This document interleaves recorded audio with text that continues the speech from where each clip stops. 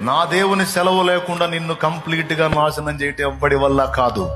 అంతా అయిపోయింది అనిపిస్తాడు, శూన్యం అయిపోయింది అనిపిస్తాడు, సమాజాన్ని కూడా అననిస్తాడు.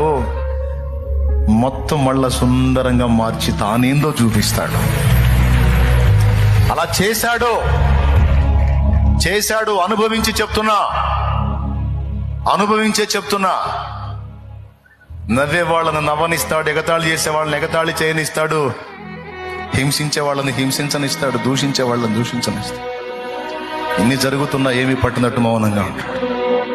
ఎందుకంటే నీ నమ్మకత్వం ఏంటో, నీ విశ్వాసత ఏంటో నిర్ధారణ చేసుకోవడానికి. కొన్ని ప్రతికూలతలు కూడా రాణిస్తాడు, చేదైన అనుభవాలు రాణిస్తాడు. మరి నీ ఒరిజినాలిటీ తేలాలి కదా, నిన్ను బట్టి రేపు మెచ్చుకోవాలి కదా.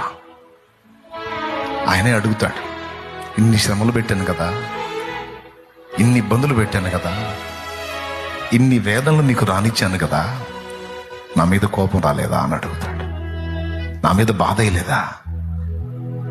ఎందుకని నన్ను వదిలిపెట్టలేకపోయినా? ఎందుకు నాకు దూరం అవ్వలేదు? నువ్వు ఎలా నన్ను హత్తుకొని ఉన్నావు అని అడుగుతాడు. కఠినమైన ఇబ్బంది కొలిమిలో, శ్రమ కొలిమిలో నిన్ను ఉంచాను కదా, నీకు బాధ అయ్యలేదా అని అడుగుతాడు.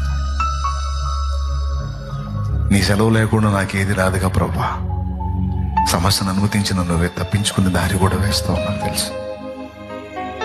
నీకు తెలియకుండా ఏది రాదుగా, అందుకే నీ వైపే చూశాను. బలా నమ్మకమైన కుమారుడా, నమ్మకమైన కుమారి, దా చూసారా నా కుమారుడు, చూసారా నా కుమారి అని నా దేవుడు మెచ్చుకుంటాడు. Download ShareChat.